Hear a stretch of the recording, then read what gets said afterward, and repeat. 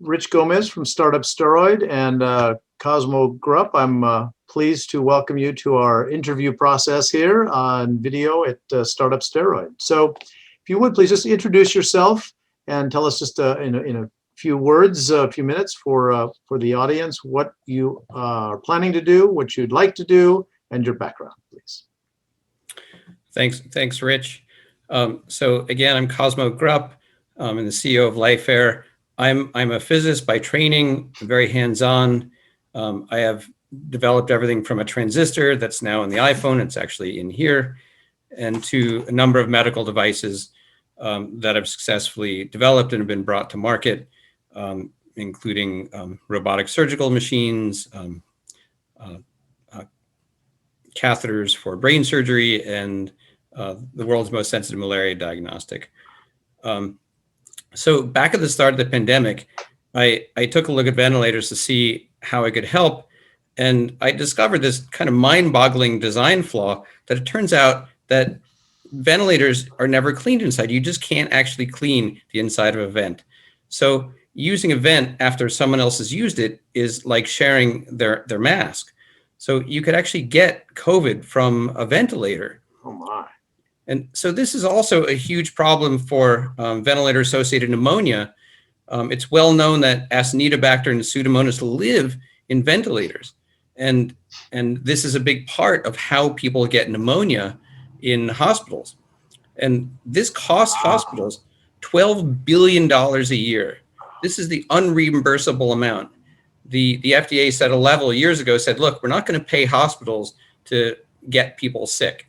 So they cap the amount you get reimbursed for, and it costs $40,000 per patient to the hospital. Times 300,000 patients is $12 billion a year, and 100,000 people a year die. So we took a look at this and said, I just have to fix this. This can't go on. Wow. Well, so the problem is then, and let's talk about that, the problem that you noticed and what your solution is. So the problem clearly with ventilators. So let's kind of go with that idea and then the solution that you've developed. Yeah, so the problem is that patient air gets from one patient into the ventilator and can get blown into the next patient. Mm. And so right now, in the way it works in a hospital is a trach tube is put down the throat and that gets thrown away. Then there's a set of tubes from the patient to the ventilator, and that's called a patient circuit. That gets thrown away. And then air can get into the ventilator, but that part just stays in there. So actually, when I first looked at ventilators and how they worked, I was kind of assuming that, well, this part must come out, right? Because I would think so as well. Leave it in there. And I couldn't actually understand how, from the manual, how these things are supposed to work, because this made no sense. And then it turned out, well, that stuff just stays in there and all the patient air stays in there. And so from my perspective, it's kind of obvious from the start that has to just happen. And it's not easy. So it's non-trivial engineering to do that. And we had to do some pretty hardcore engineering to make it happen. But as one of our advisors, who's a cardiologist, said, he said, look, if they had told ventilators 25 years ago that this is what they had to do, they would have done it. Right. But it just hasn't been done. I'm not entirely sure why. And you might say, well, Cosmo, this is a little mind-boggling that, like, how could it be that ventilators aren't cleaned? How can they live with this? And well, there's a couple answers. One is that filters are put in front of ventilators. So the idea is the filter is supposed to stop the bacteria. But study after study shows that filters have no effect. And you can see that ventilators get colonized with bacteria after being put in a patient with pneumonia. And there's studies that study the filters, and it shows the bacteria gets through the filters. So they just don't work. And so then you say, well, why do they keep doing it? Well, it's the best they can do, and you're in a hospital, and you can say, look, okay, 10% of the people put on ventilators die of pneumonia, but that's not really the way the hospital looks at it. 90% of the people are saved. You don't have a choice. You have to put them on a ventilator, they're going to die. There's no other option. And look, we save 90% of the people. Doctors are not gods. We can't save everything, right? But if there's no other tool, that's what you do, and you do the best procedures you can, the best practices. You tilt the patient up at a 45-degree angle. That seems to help, and you do what you can. But so until now, we come along and say, well, you don't have to do that anymore. There's clearly a better way. And we're not going to solve the whole $12 billion problem, but it's probably a large vector that's a big part of it. So it sounds like you have a good solution. What's your vision then to solve that problem?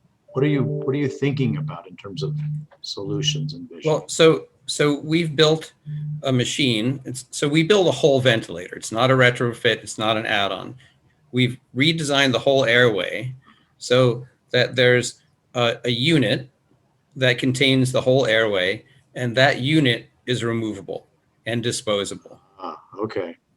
So as far as the technicians are concerned, it looks the same as any other ventilator. You've got two ports that you attach your patient circuit to. You can attach the gas to the back of the machine, and everything is the same.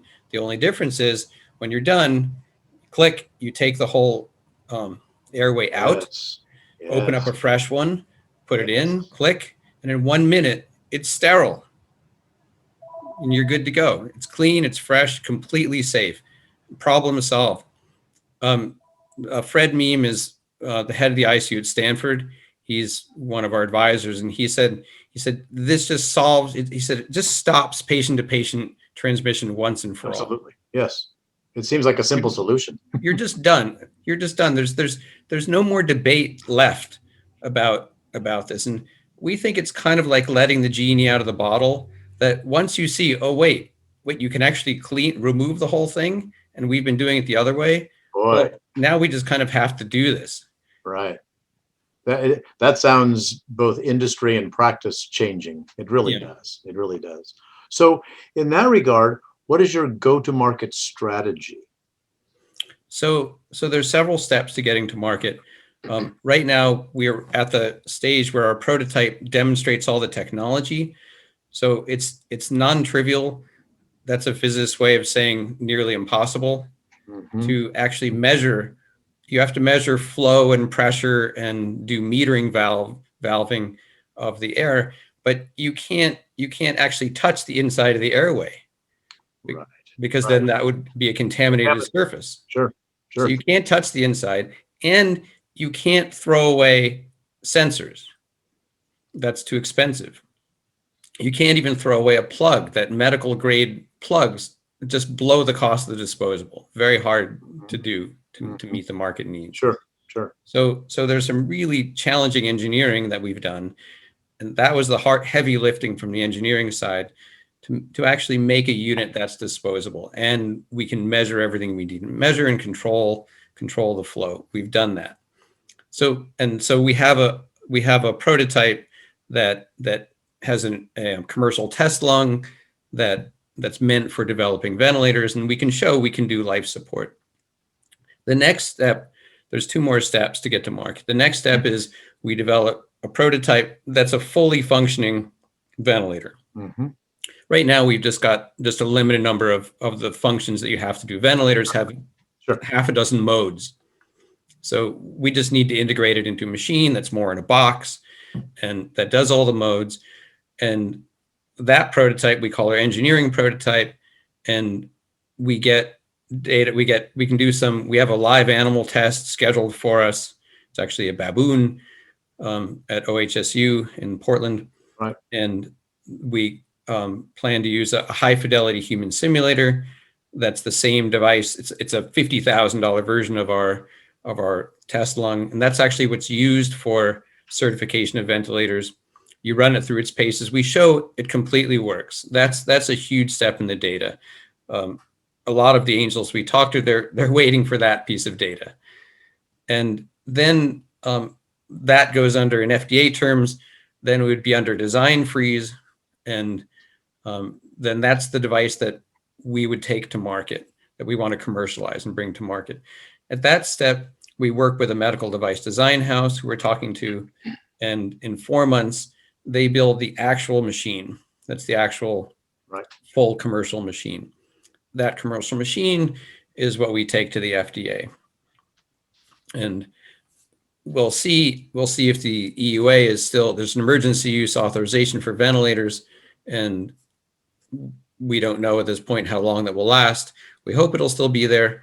If not, then we have to do a 510K. But there's so many predicates for ventilators. You don't have to show efficacy. You just have to show functionality. So we're hoping that the 510K should be pretty straightforward. Either way, even if you do an EUA, when the emergency ends, you still have to do a 510K. Sure. It doesn't get you out of it, just lets you sell it till the end of the emergency.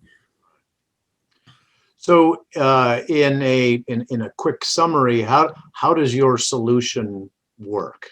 What is the plan for that? How do you think that this can be deployed in the marketplace? Well, so right now we have two market strategies. One is we spoke to the minister in India who's in charge of buying ventilators for the whole country. Someone on my team, I've worked with him for years. His magic is I say, I need to talk to this person, anyone in the world, and he gets them on the phone. And so he was up at many hours, many nights at 3 a.m. trying to reach this guy. And we talked to him, and he said, sure, when your machine is ready, call me.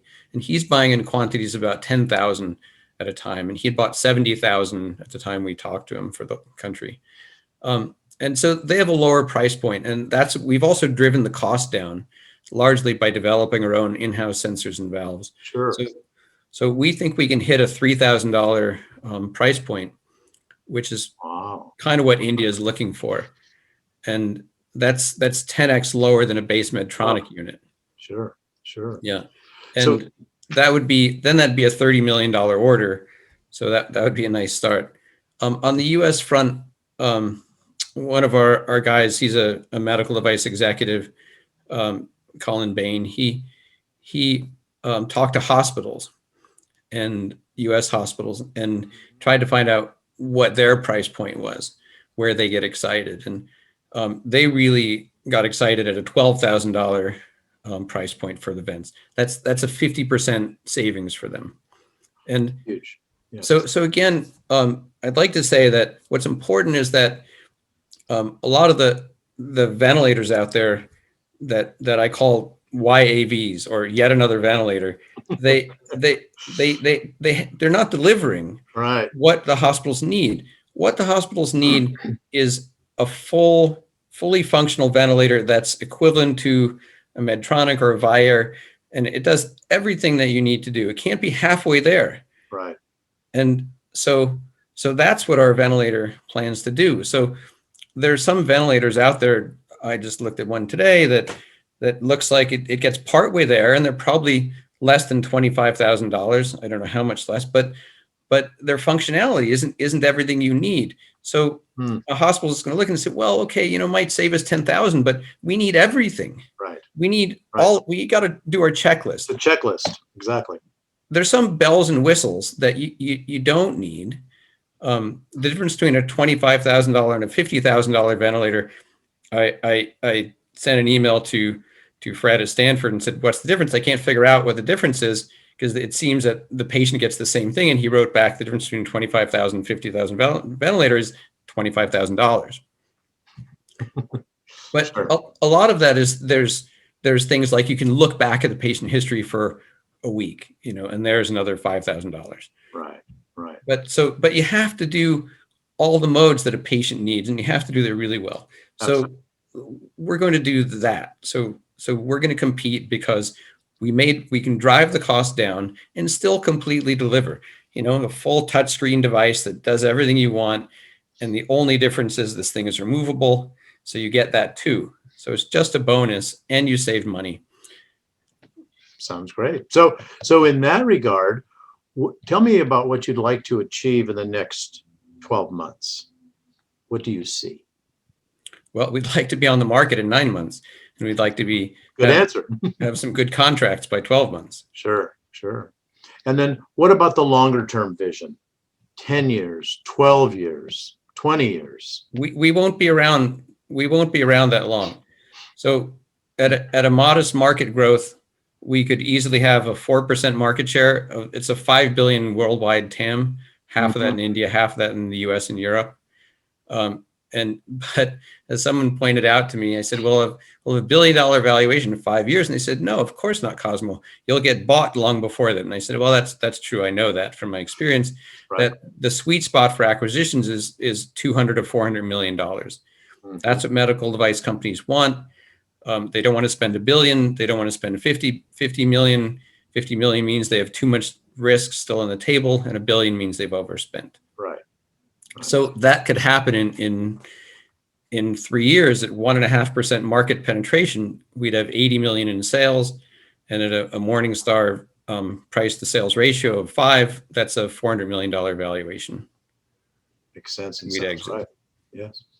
So what else can you tell me about LifeAir? What in general, what other comments can an investor look at that makes it interesting, unique, valuable, has the elements for success? What other things are there that you could share? Well, first of all, projects I've worked on have they all work. They all do what they say they will do. And part of that is that there's always gotchas that you hit, and you have to stick your landing. And I have the power under the hood to always make sure that we get through everything that we need to get through. The engineering engine just doesn't run out. We make this thing work. So there's that the engineering side. On the business side, I just think it's a tremendous opportunity that has a huge pressure. So there are many things. Every pitch says we have a big opportunity, but this one is so much pressure. There's not just for COVID. COVID's a huge pressure, and if we can get there in time, that's a big pressure. But COVID's going to be around after the emergency. It's still going to be around. There's still going to be patients in the hospital with COVID forever. It's not going away. And so there's that pressure, and then there's the ventilator associated pneumonia pressure that's always there, and everybody knows about this. And so I think sales come fairly fast, because again, it's this kind of like letting the genie out of the bottle idea, that once you see, well, you can do this, well, then there's just no going back. Right. It's like opening the doors or a dam, and you see, well, that's the way to go. You kind of just have to go this way. It becomes unignorable. So let me ask you then just a question that I would have then. What about these mature products already in the marketplace? And once you introduce this with the removable air chamber, what is the obstacle to those manufacturers to quickly adapt their products so that they have that same feature set? What do you think about that? Well, so there's always two options. Usually, I think you don't really adapt your products when you're buying a company. You might change the skin because you might want it to look like it fits into your line. Right. But there's already a device. Why would you don't really need to change anything. And then big companies are, of course, very slow. And so to begin to have that technology filter through your product line, that takes 5 years to do that. But right away, you're selling devices. So it sounds like there's that opportunity right now, both driven by COVID, the longer term transmissible pneumonia in the hospitals, and the inertia that must be overcome for large firms to retool, design, et cetera, right. And then meet this feature set, so that you could be defining a new standard that ultimately is addressed in the marketplace, but not immediately. That's right. So I think we'll have the first device, and then I know from direct contacts how long large companies take to change, and so it will propagate, but of course slowly. And we believe we can own the IP around the whole disposable idea.